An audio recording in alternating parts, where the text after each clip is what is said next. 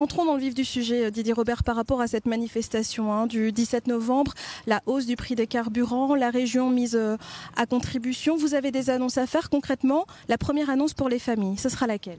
D'abord, si vous me permettez, j'entends effectivement les difficultés qui sont celles aujourd'hui de beaucoup de familles sur l'érosion finalement du pouvoir d'achat pour beaucoup de familles, et notamment parmi les plus modestes, et l'augmentation du carburant qui a été souhaitée par le gouvernement et qui concerne l'ensemble du territoire, donc impacte et va impacter très lourdement 2019 si nous ne faisons rien.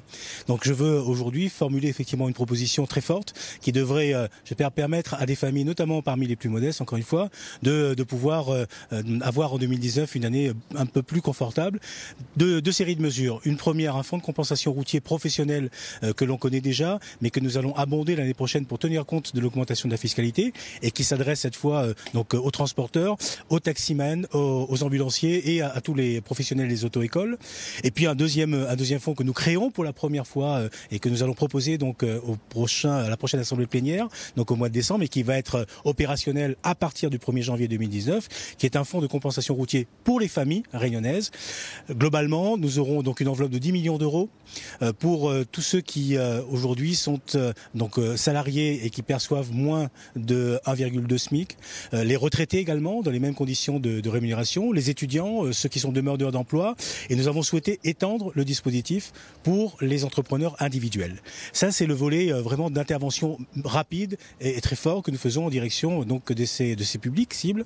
Et puis parallèlement à cela, nous allons réserver une partie de la fiscalité des recettes attendues pour pouvoir continuer à mener aussi des actions dans le cadre de la transition énergétique. Et nous allons pour cela investir donc sur des bornes électriques supplémentaires.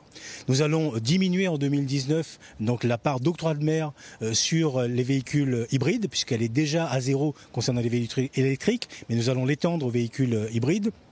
Voilà les mesures parmi les plus importantes, en rajoutant donc une prime auto verte. Cette prime auto verte donc sera ciblée pour les entrepreneurs individuels, pour les très petites entreprises, les entreprises individuelles. Donc une prime de 1 500 € pour leur permettre d'une incitation finalement à l'acquisition de ces véhicules.